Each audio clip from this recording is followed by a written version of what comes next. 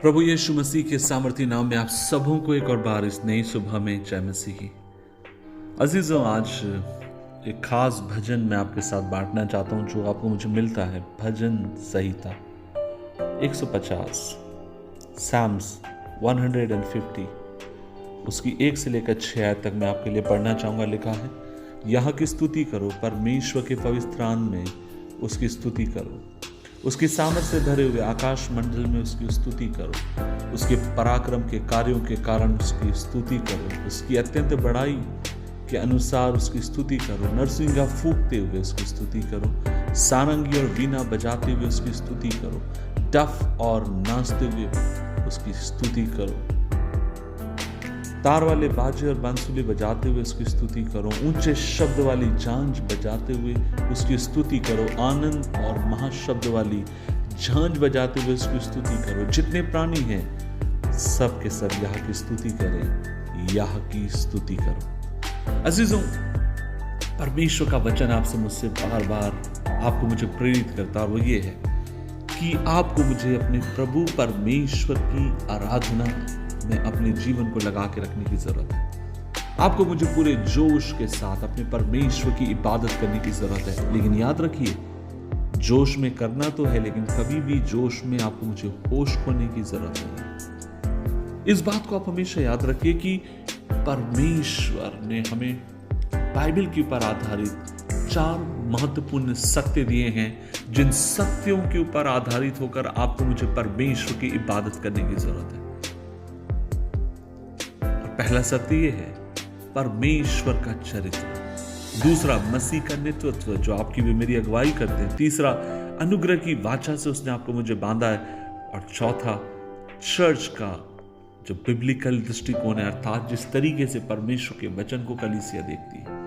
इन सच्चाइयों की चर्चा अजीजों, जब आप पर मनन करते हैं, इस पर ध्यान देते हैं, और बहुत कुछ चीजें आप और मैं यहां से परमेश्वर के प्रति प्राप्त कर सकते हैं, क्योंकि परमेश्वर का वचन कहता है कि परमेश्वर आत्मा है और सच्चाई से उसकी आराधना आपको मुझे करनी है। परमेश्वर को उसके वचन से, अगर आप और मैं उसको समझना चाहते हैं बेहतर तरीके से, तो उसके वचन को आपको मुझे समझने की जरूरत है। और जब आप और मैं उसके वचन को समझते हैं, उसके स्वभाव को भी आप और मैं जानने की। अजीजों, जैसे मैंने कहा कि हमें 4 मूलभूत बाइबल के सत्यों पर आधारित होने की जरूरत है, और पहला सत्य यह है परमेश्वर का चरित्र। अजीजों, जब तक आप परमेश्वर के चरित्र के बारे में ज्ञान नहीं रखते, आपकी आराधना निरर्थक है, उसका कोई मूल्य नहीं है। जैसे जैसे आप और मैं परमेश्वर की घनिष्ठता में बढ़ते चले जाते हैं, जैसे जैसे आप और मैं उसकी रूहानी उसके अनुभव में बढ़ते चले जाते हैं, एक चीज आप पाएंगे, और वो ये है परमेश्वर का घनिष्ठ रिश्ता आपके साथ बनता चला जाएगा, और परमेश्वर आपकी सहायता करेगा।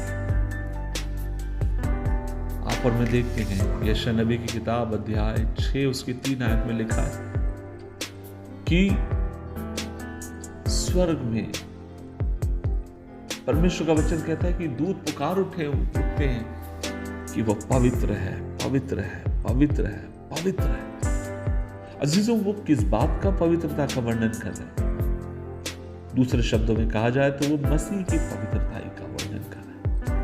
वो परमेश्वर की पवित्रताई को पुकार पुकार कर कहते हैं, परमेश्वर पवित्र है, पवित्र है, पवित्र है।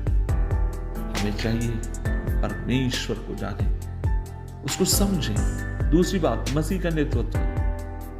यीशु मसीह के प्रभुत्व के बिना, यदि यीशु मसीह आपका मेरा स्वामी नहीं है, तो याद रखिए आप और मैं एक ऐसी जहाज होगे, पानी के लंगर का पानी का जहाज होगे, मानो जो अपने रास्ते से, अपनी मंजिल से भटक चुका हो।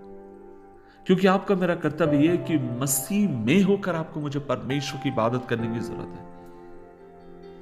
क्योंकि परमेश्वर का वचन आपसे मुझसे कहता है कि जितनी बातें पिता ने उस दी गई हैं, उन सब के ऊपर उसने उसको अधिकारी ठहराया, जिसके लिए हम जीवित हैं, और एक ही प्रभु है यीशु मसीह, जिसके द्वारा सब वस्तुएं सृजी गई और जिसके द्वारा हम भी जीवित है। 1 कुरिन्थियों अध्याय 8 उसकी 6 आयत। तो कहने का मतलब ये है, परमेश्वर के चरित्र को आपको मुझे समझना, इबादत में मसीह के नेतृत्व को, अर्थात मसीह के प्रभुत्व को आपको मुझे समझने की जरूरत है। तीसरी बात, अनुग्रह की वाचा।